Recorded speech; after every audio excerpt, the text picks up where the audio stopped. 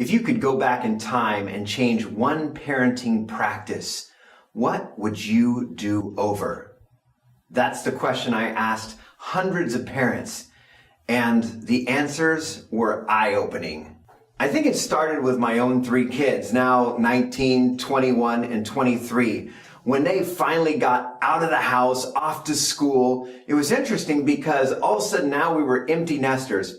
And they would come back for spring break or Christmas vacation or for the summer. And during some of those conversations, during phone call conversations, when we'd finish those conversations, my wife and I, we'd look at each other and sometimes we'd ask ourselves, did we equip them for this? You know, are they ready to face life and everything, all these challenges?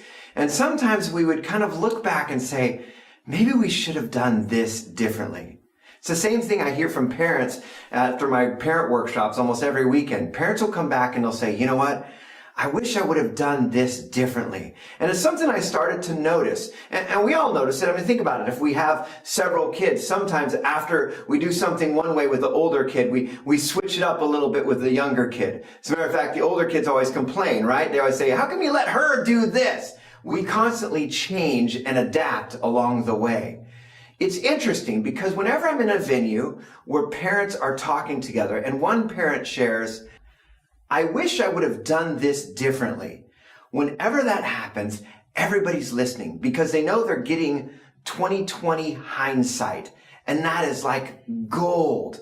Because a lot of us as parents, as we're navigating this parenting whole experience, we're looking for guidance. And what better than, I wish I would have done this.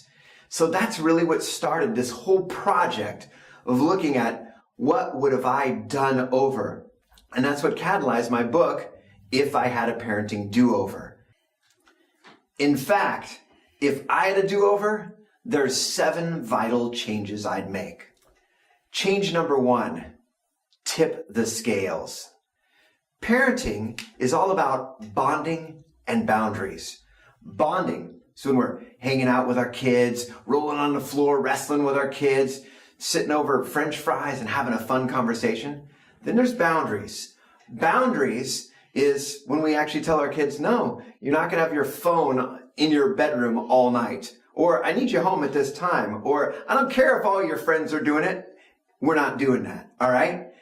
Bonding and boundaries, both are equally important in parenting. But if you think about it, most of us, if you think about your own parenting, we typically gravitate towards one or the other. Which one do you gravitate towards? Is it easier for you to bond with your kids and just talk with your kids and hang out with your kids? Is it kind of tough when you have to actually correct? Or typically, do you find yourself when you walk in a room kind of checking up on them, correcting? Did you finish your homework? What about your chores? What time were you in last night? Who were you with? Were you with that boy, Chris? I knew I shouldn't have let you hang out with that kid. You see, a lot of us, we kind of gravitate towards one or the other. As I look back, and if I had a parenting do-over, I would tip the scales towards bonding. Here's why. Both, again, are equally important. Hanging out with our kids and having rules for our kids. Both vital when it comes to parenting our kids today.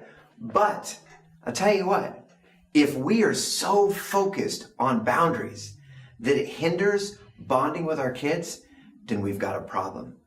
I've seen it happen over and over again. And as a matter of fact, when I surveyed literally hundreds of parents and asked them, if you could go back in time and you could change one parenting practice, what would you do over?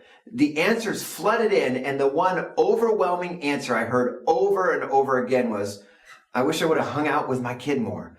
I wish I would have just had more family time. I wish we would have had more family dinners. I had one mom say, you know what? My kids, as they got older, didn't want me to come tuck them in the bed at night anymore. I wish I would have anyway. I wish I would have gone up there and prayed with them and had some of those conversations.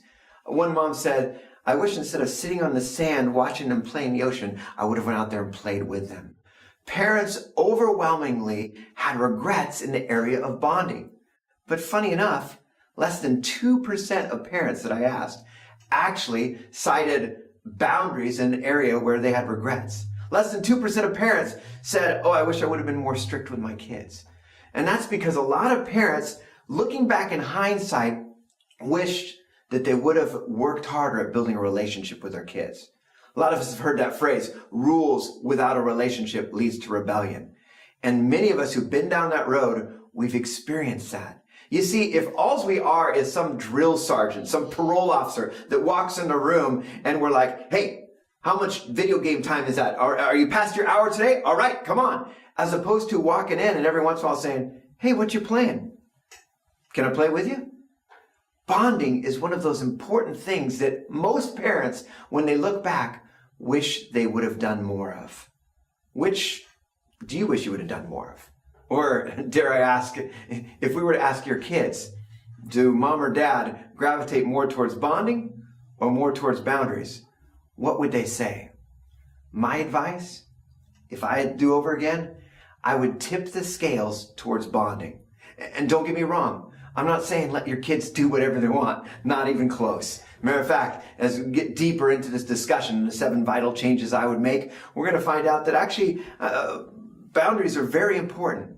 But if boundaries interfere with bonding to the point where your kids don't feel free to walk up and have a conversation with you, guess what? They're going to glean their values from someone else. Think about this. A lot of us with really good intentions go into parenting and thinking, if I'm strict, these rules I have are going to keep them on track. When really, kids adopt a lot of their values through conversations. So guess what? Don't neglect conversations. Conversations are so important. Bonding with our kids is so important because that's very often where values are gleaned. And guess what? If our kids don't feel comfortable talking with us, they're probably going to glean their values from some other source. And that's frightening. Tip the scales towards bonding.